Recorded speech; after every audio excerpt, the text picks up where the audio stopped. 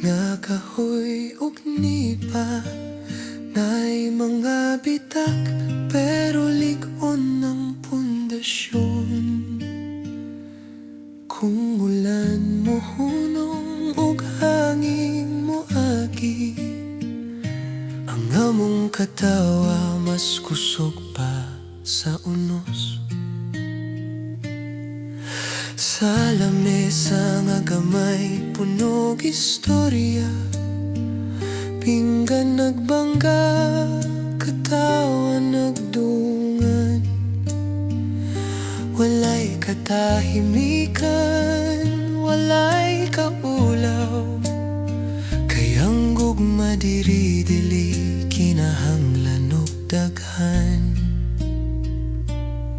Sa matag lakang akong giabtan, dito gihapon ko nagsugod.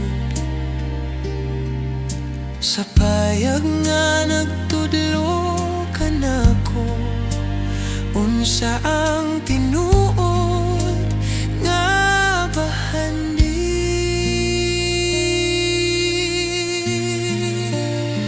Sa mong payag, bisan gamay ra ang wanang, apan dako kaayo ang gugma nga dili masukod sa kalibutan.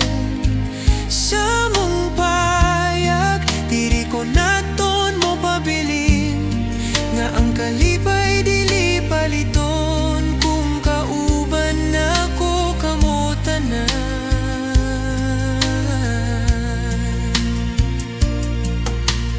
Nanay nagtawag, tatay nagpanugo, bata nagdagan sa baang tibuok balay. Usahay kapoy, usahay samok,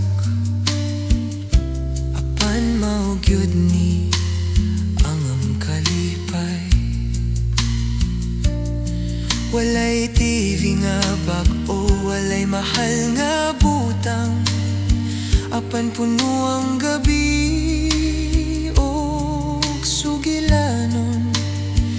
Sa kahayag sa kandila ug kape nga init, dito ko kahibalo kung kinsa gyud ko.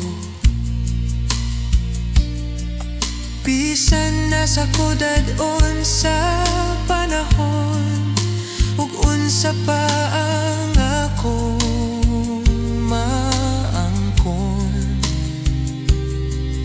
ang akong kasing-kasing mo balik sa sinugdanan nga simple ug tinuod. Sa mong payag, dili perpekto ang kahimtangan, apan perpekto ang mga higayon nga among gipaambit matag adlaw. Sa mong payag, diri ko naton mo higugma, nga ang tinuod nga balay naa sa mga tawo dili sa dingding. Kung mangit-ngit ang kalibutan, ug kapoy na ang dughan, ako mo piyong ug mahinumduman. Ang among payag ug kamo tanan.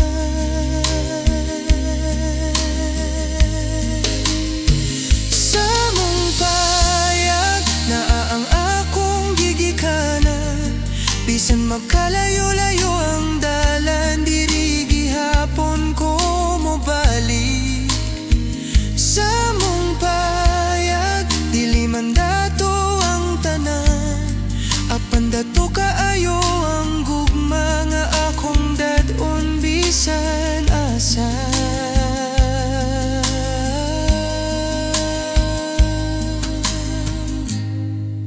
Sa mong payag, nagsugod ang akong damgo.